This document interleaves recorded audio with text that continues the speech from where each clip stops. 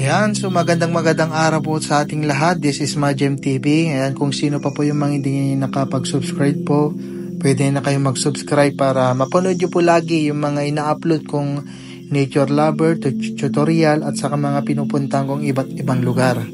Ayan, so bago tayo magsimula mga idol, ayan, subscribe na lang din po ako. Ayan, so pakisundan lang po ito mga idol ha. Bali ang topic po pala natin ito mga idol, kung paano natin i-connect itong DJI mic to gamit natin itong audio ng DJI Neo drone. Ayan, so simple lang po ang gagawin natin mga idol, no. Unang-una ang gagawin natin dito mga idol, bubuksan na natin yung Wi-Fi at saka Bluetooth itong cellphone natin, tapos pupunta tayo dito sa pinaka DJI application ng Android o kaya itong iOS. Ayan. So pagkatapos yan mga idol, bubuksan din natin itong drone. So kapag nag-connect na po yan, ang susunod natin gagawin dyan mga idol, no? Itong DJI mic to, bubuksan na natin. I-connect natin itong transmitter niya at saka receiver, no?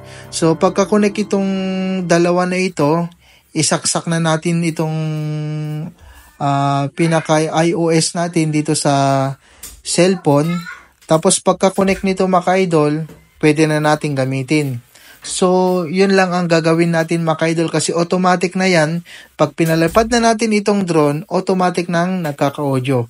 So, yun lang po mga idol. Maraming salamat po sa inyong panonood at sana nakatulong. Kasi itong DJI mic to kasi mga idol, mas maganda po talaga ang quality ng audio nito compare po sa itong napipick up ng DJI Neo. So yun lang po ulit mga idol. Maraming salamat po sa inyong panonood. Hanggang sa muli po. God bless. So what's up mga idol? Bale, dito naman tayo ngayon mga idol sa Barangay Muti, Zamboanga City, Zamboanga del Sur. Ayan, para i-explore natin itong napakagandang tinaguriang New Zealand ng Zamboanga City. Ayan. So tara mga idol, samahan nyo ko para bisitahin natin to. Ayan, no, kung mapapansin nyo po mga idol, no, kung makikita nyo po dito yung kalikasan nila, kasing ganda po talaga ng New Zealand.